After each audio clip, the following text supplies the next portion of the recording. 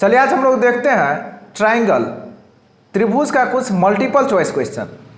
जो मेरे चैनल पर नए हैं चैनल को सब्सक्राइब कीजिए ताकि आप लोग को एग्जाम से रिलेटेड न्यू वीडियोस मिलते रहें। क्वेश्चन नंबर फर्स्ट है, त्रिभुज एबीसी में डी समांतर बीसी और एडी बाई डीबी बराबर 25/15 तब एई बाई ईसी बराबर वाट। आज आप लोग को शॉर्ट तरीका सिखाएंगे। आप लोग जो है 10 से 15 सेकेंड में कैसे आप लोग क्वेश्चन को सॉल्व कर लीजिएगा एग्जाम में, क्योंकि आपको 50 क्वेश्चन सॉल्व करना रहता है और समय सिर्फ और सिर्फ 1.5 ही घंटे रहते हैं। तो 1.5 घंटे में 50 क्वेश्चन सॉल्व करना कितना मुश्किल सा भरा होता है, आप इस चीज़ को समझ सकते हैं। और आप लोग क्वेश्चन को पढ़ते जाइए और आंसर टिक लगाते जाइए, और जो भी प्रोसेस आपको क्वेश्चन पढ़ने के बाद समझ में आता है वो प्रोसेस कीजिए और आंसर फाइंड कीजिए और उसके बाद टिक लगाइए। तो शॉर्ट तरीका देखिए क्या होता है। ट्रायंगल एबीसी में डी समांतर बीसी और एडी बाई डीबी बराबर 25/16 तो एई बाई ईसी। कभी भी जो है कोई भी त्रिभुज दिया रहे और समांतर दिया रहे और एडी बाई डीबी बराबर 25/16 दिया हुआ है और एई बाई ईसी पूछ दे तो इसका सिंपलेस्ट फॉर्म कर लीजिए। 25/16 को 25/16 को काट दीजिए, कितना होगा 25/15 सॉरी 15 25/15 5 से कट जाएगा, 5 × 25 5 × 15 5/3 हो जाएगा। आंसर ए सही है। कभी भी देखिए कि किसी भी दो भुजा का अनुपात दिया हुआ है और किसी भी दो भुजा के अनुपात पूछे तो तुरंत काट करके उसको आंसर लगा दीजिए टिक। क्वेश्चन नंबर 2, दी गई आकृति में यदि डी समांतर बीसी तथा एक्स बराबर वाट तब एक्स बराबर वाट। देखिए आकृति दिया हुआ है, थेल्स थ्योरम में पढ़ाए थे डी समांतर बीसी अगर होगा किसी भी त्रिभुज में, मान लीजिए ये त्रिभुज है, ये ए बी सी है और डी समांतर बीसी हो जाए तो थेल्स थ्योरम कहता है, आप लिख दीजिए एडी बाई डीबी बराबर एई बाई ईसी लिखिए थेल्स थ्योरम से। तो उसी तरह देखिए जब डी समांतर बीसी है तो एडी बाई डीबी बराबर एई बाई ईसी हो जाएगा। तो एडी का मान क्या है एक्स, तो x/16 बराबर हो जाएगा 34/17। तो कट जाएगा 17 दूना 34, तो x का वैल्यू 32 निकल जाएगा। तो ऑप्शन बी 32 है, टिक लगा लीजिए बी में। दी गई आकृति में यदि डी समांतर बीसी तब बीसी का मान ज्ञात करें। देखिए डी समांतर बीसी है, डी जो है ये वाला समांतर है बीसी का, तो फिर थेल्स थ्योरम लग जाएगा एडी बाई डीबी बराबर एई बाई ईसी। तो एडी बाई डीबी तो 2/3 बराबर एई बाई ईसी 5/ईसी 5/ईसी। देखिए यहां पर ईसी होगा, यहां पर ईसी कर लीजिए, ईसी का मान निकालना है, ये ईसी होगा, गलत लिखा गया है, इसको ईसी कर लीजिए आप लोग। तो क्रॉस गुना कीजिएगा तो 15/2 कितना हो जाएगा, ईसी बराबर 15/2 तो 7.5 हो जाएगा। कितना हो जाएगा 7.5। दो समरूप त्रिभुजों एबीसी एवं डीएफ में इनके क्षेत्रफलों का अनुपात कौन सा है। देखिए दो त्रिभुज है, एक एबीसी है एबीसी और दूसरा डीएफ है, क्षेत्रफल का अनुपात पूछ दे तो तुरंत लिख दीजिए A B square by D square बराबर B C square by E F square बराबर A C square by D F square. मतलब भुजाओं का वर्गों का अनुपात, भुजा का वर्गों का अनुपात। तो देखिए ए बी सी है और डी एफ, ये दोनों तो नहीं होगा क्योंकि वर्ग इसमें नहीं है, इस दोनों में से कोई होने का चांस है। यहां देखिए ए बी बट्टा डी, पहला दो देखिए ए बी बट्टा डी का स्क्वायर है वही हो जाएगा, ए बी बट्टा डी का स्क्वायर हो जाएगा क्योंकि इधर ए बी इधर डी। या फिर दूसरा क्या होता है B C E F, B C square by E F square रहता तब भी हो जाता, तो B C square by E F square तो है नहीं। या फिर A C square by D F square रहता तब भी हो जाता, तो नहीं होगा ऑप्शन सी। समबाहु त्रिभुज ABC की एक भुजा 10 सेंटीमीटर तथा समबाहु त्रिभुज DF की एक भुजा 5 सेंटीमीटर है, तो DF के क्षेत्रफलों का अनुपात होगा, ABC और DEF के क्षेत्रफलों का अनुपात। देखिए आपको भुजा दिया हुआ है, क्या दिया हुआ है? भुजा। तो भुजा का स्क्वायर कर दीजिए, 10 दिया हुआ है तो 10 का स्क्वायर। कभी भी क्षेत्रफल का अनुपात पूछे क्वेश्चन में, दो समरूप त्रिभुज का क्षेत्रफल का अनुपात पूछे तो भुजा का स्क्वायर का अनुपात निकाल लीजिए। भुजा 10 है अब बट्टा 5 है, इसका स्क्वायर 10 को 10 से गुना कीजिएगा, 100/25 कितने बार में कट जाएगा? 4 बार में। तो 4/1 क्या हो जाएगा? 4:1। कहाँ है 4/1? 4:1 ऑप्शन डी है। देखिए यहाँ, यदि त्रिभुज ABC समरूप है PQR का, एंगल A बराबर 47 डिग्री, एंगल Q बराबर 73 डिग्री, तो एंगल C बराबर होगा। देखिए ये दोनों त्रिभुज समरूप है, एंगल A हमेशा एंगल P के बराबर होगा, एंगल B हमेशा Q के बराबर होगा, एंगल C हमेशा एंगल R के बराबर होगा। तो A 47 है तो 47 बराबर P हो जाएगा। 47 किसके बराबर हो जाएगा? P के बराबर हो जाएगा। Q 73 है, Q 73 है, तो देखिए B भी 73 हो जाएगा, B भी क्या हो जाएगा? 73 हो जाएगा। इधर B है तो इधर Q है, तो Q 73 दिया हुआ है तो B भी 73 हो जाएगा। पकड़ने का सोचिए। देखिए एंगल C तो नहीं दिया हुआ है, तो देखिए इस दोनों को जोड़ लीजिए और 180 में से माइनस कर दीजिए तो C निकल जाएगा, क्योंकि एंगल A जो है 47 है, एंगल B 73 है, तो एंगल C इक्वल टू क्या हो जाएगा? एंगल C इक्वल टू हो जाएगा 180 में से माइनस कर लीजिए 120 को, क्योंकि 43 प्लस 73, 47 प्लस 73 कितना हो जाता है? 120 होता है। तो 180 में से 120 चला जाएगा तो कितना डिग्री हो जाएगा? 60 डिग्री।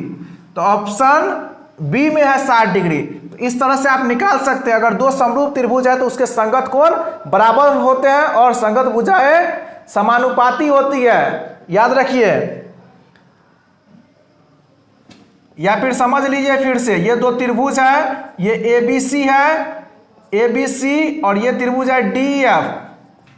तो कोण A बराबर D के होगा, कोण B बराबर E का होगा और कोण C बराबर F का होगा। क्वेश्चन नंबर 7 देखिए, त्रिभुज ABC में AD परपेंडिकुलर BC, AD जो है BC का परपेंडिकुलर है।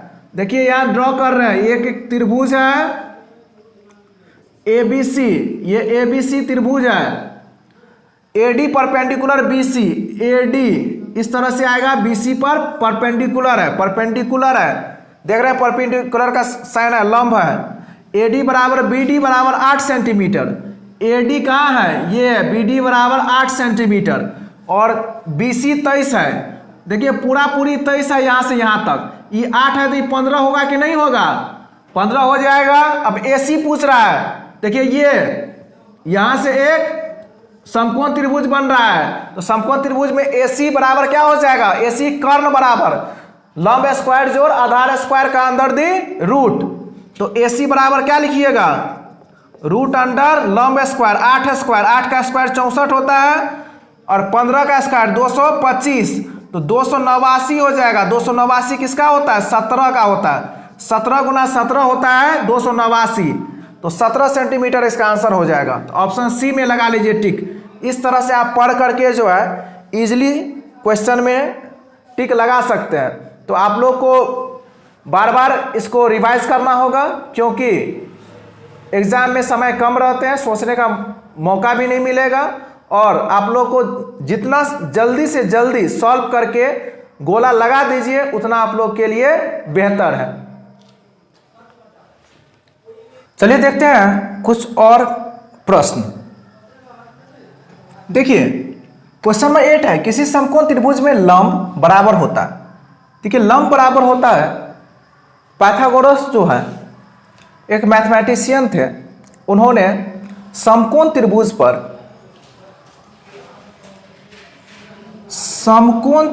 पर कुछ लॉ दिए, नियम दिए। जैसे कि ये ABC है, एक समकोण त्रिभुज है, इसको कर्ण कहते हैं, इसको लंब कहते हैं और इसको आधार कहते हैं। तो उन्होंने कहा कि कर्ण जो होगा वह लंब स्क्वायर प्लस आधार स्क्वायर के अंदर दी रूट के बराबर होगा। कर्ण बराबर लंब स्क्वायर जो आधार स्क्वायर का अंदर दी रूट। वही लंब को कहा कि लंब जो होगा वह कर्ण स्क्वायर माइनस आधार स्क्वायर के बराबर होगा और आधार जो है वह कर्ण स्क्वायर माइनस लंब स्क्वायर के अंदर दी रूट के बराबर होगा। ये 3 फॉर्मूला उन्होंने दिया था। किसने दिया था? पाइथागोरस ने। तो आप लोग इस फॉर्मूला को याद रखेंगे कि लंब बराबर होता है रूट अंडर कर्ण स्क्वायर माइनस आधार स्क्वायर। तो ऑप्शन ए में ही मिल गया, रूट अंडर कर्ण स्क्वायर माइनस आधार स्क्वायर। किसी समकोण त्रिभुज में आधार बराबर होता है, क्वेश्चन नंबर 9 है, आधार बराबर होता है। तो आधार बराबर क्या होगा? यहां से देखिए, कर्ण स्क्वायर माइनस लंब स्क्वायर अंडर दी रूट। तो कर्ण स्क्वायर माइनस लंब स्क्वायर, इसमें प्लस है। ऑप्शन बी में जो है कर्ण स्क्वायर माइनस लंब स्क्वायर अंडर दी रूट है। किसी समकोण त्रिभुज में, क्वेश्चन नंबर 10 देखिए, किसी समकोण त्रिभुज में कर्ण को इंग्लिश में कहते हैं हाइपोटेनस और लंब को इंग्लिश में कहते हैं परपेंडिकुलर और आधार को इंग्लिश में कहते हैं बेस। तो किसी समकोण त्रिभुज में कर्ण बराबर होता है लंब स्क्वायर जोड़ आधार स्क्वायर अंडर दी रूट। तो लंब स्क्वायर जोड़ आधार square under the root option में ए ही में है। ये तो होगा ही नहीं, लंब स्क्वायर माइनस आधार स्क्वायर अंडर दी रूट, ये होगा ही नहीं। अब देखिए यहाँ लंब स्क्वायर जोड़ आधार स्क्वायर दिया हुआ है लेकिन इसमें रूट नहीं लगा हुआ है। तो ध्यान रखिएगा, अगर कर्ण स्क्वायर पूछे, तब ये रूट हट जाएगा। ये रूट हटा करके बोलिए कर्ण स्क्वायर, क्योंकि रूट हटता है तो इधर स्क्वायर हो जाता है। तो कर्ण स्क्वायर पूछे तो डायरेक्ट बोलिए लंब स्क्वायर जोड़ आधार स्क्वायर। लंब स्क्वायर पूछे लंब स्क्वायर तो बोलिए कर्ण स्क्वायर माइनस आधार स्क्वायर। अगर आधार स्क्वायर पूछे तो डायरेक्ट बोलिए कर्ण स्क्वायर माइनस लंब स्क्वायर। इसमें जो है रूट नहीं लगता है, स्क्वायर लगने के बाद रूट हट जाता है। तो यहां तो कर्ण स्क्वायर तो नहीं है, कर्ण है, तो कर्ण बराबर रूट अंडर लंब स्क्वायर जोड़ आधार स्क्वायर होगा। दो त्रिभुज समरूप होते हैं यदि उसके संगत कोण डैश होते हैं। देखिए दो त्रिभुज समरूप होगा, ये ABC है, ये DEF है। अगर दो त्रिभुज समरूप होगा, समरूप त्रिभुज किसको कहेंगे? अगर संगत कोण बराबर हो, मतलब एंगल A जो होगा वह एंगल D के बराबर होगा, एंगल B जो होगा वह एंगल E के बराबर होगा, एंगल C जो होगा वह एंगल F के बराबर होगा। तो संगत कोण अगर बराबर है तो त्रिभुज समरूप कहे जाते हैं। तो संगत कोण क्या होंगे? बराबर होंगे। क्वेश्चन नंबर 12, दो त्रिभुज समरूप होते हैं यदि संगत भुजाएं डैश हो। तो देखिए दो त्रिभुज समरूप होंगे, जैसे कि उदाहरण के तौर पर ले लीजिए, दो त्रिभुज है ये ABCDEF। अगर AB बट्टा D बराबर BC बट्टा EF बराबर AC बट्टा DF हो जाए, AB बट्टा DE बराबर BC बट्टा EF बराबर AC बट्टा DF हो जाए तो त्रिभुज क्या हो जाते हैं? समरूप हो जाते हैं। तो ये इसको कहते हैं समानुपाती होना। संगत भुजाएं समानुपाती होती है। तो याद रखिए, बार बार बोर्ड एग्जाम में पूछे जाते हैं कि अगर दो त्रिभुज समरूप होते हैं, अगर उसके संगत कोण बराबर होते हैं और संगत भुजाएं क्या होती है? समानुपाती होती है। तो समानुपाती, व्युत्क्रमानुपाती, दोनों इनमें से कोई नहीं, समानुपाती हो जाएगा। तो इसी को कहते हैं समानुपाती। AB बाई DE बराबर BC बाई EF बराबर AC बाई DF जो है, इसी को क्या कहते हैं? समानुपाती। समबाहु त्रिभुज का प्रत्येक कोण बराबर होता है। देखिए समबाहु त्रिभुज का तीनों भुजा बराबर होता है और तीनों कोण भी बराबर होता है। और प्रत्येक कोण का मान 60 डिग्री होता है, 60 डिग्री होता है। तो 60 डिग्री ऑप्शन सी में दिख गया होगा आप लोगों को। समबाहु त्रिभुज के प्रत्येक कोण कितने होते हैं? 60 डिग्री होते हैं। कर्ण स्क्वायर बराबर लंब स्क्वायर जोड़ आधार स्क्वायर प्रतिपादित किया था। कौन प्रतिपादित किया था? कर्ण स्क्वायर बराबर लंब स्क्वायर जोड़ आधार स्क्वायर। थेल्स ने, पाइथागोरस ने, यूक्लिड ने, आर्यभट्ट ने। देखिए कर्ण स्क्वायर बराबर लंब स्क्वायर जोड़ आधार स्क्वायर जो प्रतिपादित किया था वह पाइथागोरस ने किया था। कौन किया था? पाइथागोरस ने, याद रखिएगा। और ये जो संगत कोण बराबर होते हैं, संगत भुजाएं समानुपाती होती है, ये जो दिए थे ये थेल्स ने दिया था। थेल्स प्रमेय में जो है आप लोग पढ़े होंगे, दो समरूप त्रिभुज के भुजाओं का अनुपात 2:3 है, तब क्षेत्रफल का अनुपात होगा। देखिए इस टाइप का क्वेश्चन कभी भी पूछे, और बार बार एग्जाम में तो पूछा ही जाता है, क्योंकि जो भी बता रहे हैं वो पूछा गया क्वेश्चन है। तो कभी भी भुजा का अनुपात दे और पूछे कि क्षेत्रफल का अनुपात, तो इसका क्या कर दीजिए? वर्ग कर दीजिए। 2 का वर्ग बटा 3 का वर्ग, तो 2 का वर्ग 4 और 3 का वर्ग 9, तो 4 बटा 9 क्या होगा? इसको अनुपात में लिखिएगा, 4:9। तो 4:9 दिख रहा है, या 6:18 है, 4:9। तो ये हो गया रेशियो। इंग्लिश में रेशियो कहते हैं, हिंदी में अनुपात कहते हैं। तो ऑप्शन बी हो जाएगा।